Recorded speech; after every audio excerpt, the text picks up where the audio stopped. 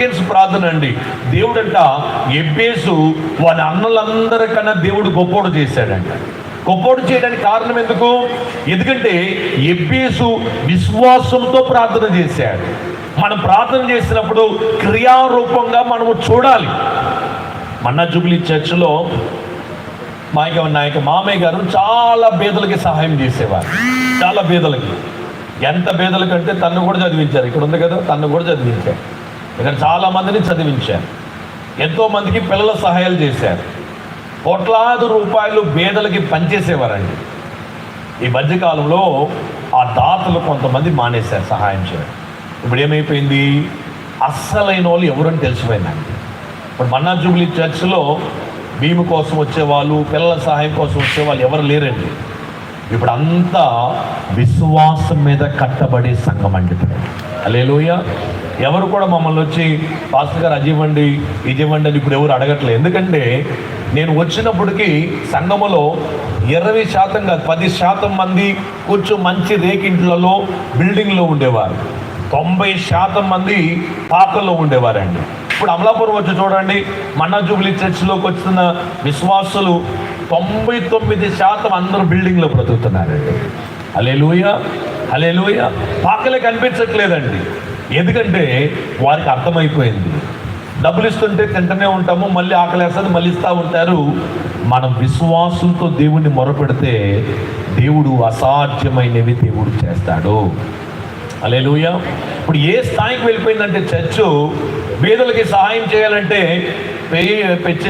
జ్యోతి అని ఒక ఆవిడ, వారికి బిడ్డకి రోగం వచ్చిందండి. అమ్మాయి క్యాన్సర్ రోగంతో చనిపోయింది. వారికి భర్త గారికి క్యాన్సర్ రోగం వచ్చింది. మిరియు హోమ్లో చదివింది అమ్మాయి, పిఎల్ జ్యోతి అని. వారి భర్త గారు కూడా చనిపోయాడు. ఇప్పుడు వారి కుమారుడు కూడా క్యాన్సర్ కంతులు వచ్చాయంట.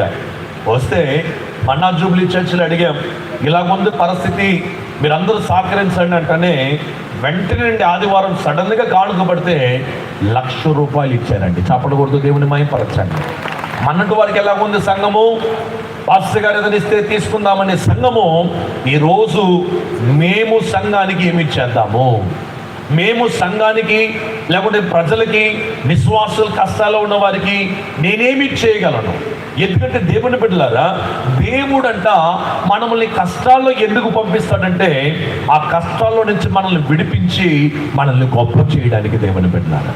ఈరోజు నన్ను పిలిచారనుకోండి, నేను పెద్ద సభల్లో వాక్యం అందిస్తాను, చిన్న చిన్న గ్రామాలకు కూడా వస్తాను. ఎందుకంటే నేను చిన్న చిన్న గ్రామాలకి వెళ్ళగలను, పెద్ద సభలు కూడా వెళ్ళగలను. అంటే పాకలో వచ్చి కూర్చొని భోజనం చేయమంటే భోజనం చేస్తాను. అదేలాగా టేబుల్ మీద ఫోర్కు, స్పూను, నైఫ్ పెట్టుకొని కూడా నేను తినగలను.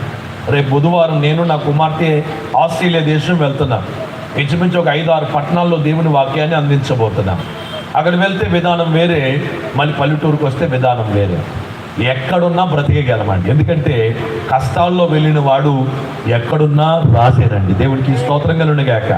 కష్టాల్లో ఉండే వ్యక్తి ఎక్కడున్నా రాసేనండి. ఇంట్లో ఏమీ లేకపోతే చక్కగా పెరుగుంటే చాలు, పెరుగన్నం తినుకొని హ్యాపీగా తినేసి హ్యాపీగా ఉంటాం. ఎందుకంటే పెరుగన్నంలో కూడా పొట్ట నింపుకోవడం తెలుసండి. చిన్నప్పుడు అసలు పెరుగన్నం కూడా ఉండే, మా కష్టాల్లో అన్నంలో నీళ్లు పోసుకొని రాత్రి సద్యన్నంలో నీళ్లు పోసేసి దాంట్లో ఒక మిరపకాయ, ఒక ఉల్లిపాయ వేసేస్తే ఉదయకాలం దాంట్లో ఉంటుంది చూడండి టేస్ట్. అప్పుడు నా చిన్నప్పుడు మా కష్ట సమయంలో మాకు దోశలు లేవు, ఇడ్లీలు లేవు, చపాతీలు లేవు. కష్టాల్లో చాలా అన్నం సద్దన్నం తినేవాళ్ళు. ఈరోజు సద్దన్నం అంటే ఎంతమందికి తెలుసో నాకు తెలియదు, కానీ సద్దన్నం తిరిగి పెరిగామండి. తెలుసా, అది మంచి ప్రోబయాటిక్స్. ఈరోజు దేవుని బిడ్డలారా, ఈరోజు కష్టాల నుంచి రావడం చేత కష్టాల్లో ఉన్నారంటే నాకు అర్థమవుతుంది. కష్టాల్లో ఉన్నారంటే నేను ప్రార్థన చేయడం, ఎలా ప్రార్థన చేయాలని తెలుసు. ఎవరైనా బలహీనంగా ఉన్నారంటే ఎలా ప్రార్థన చేయడం తెలుసు. ఎందుకంటే నన్ను దేవుడు కష్టాల గుండా పంపించాడు.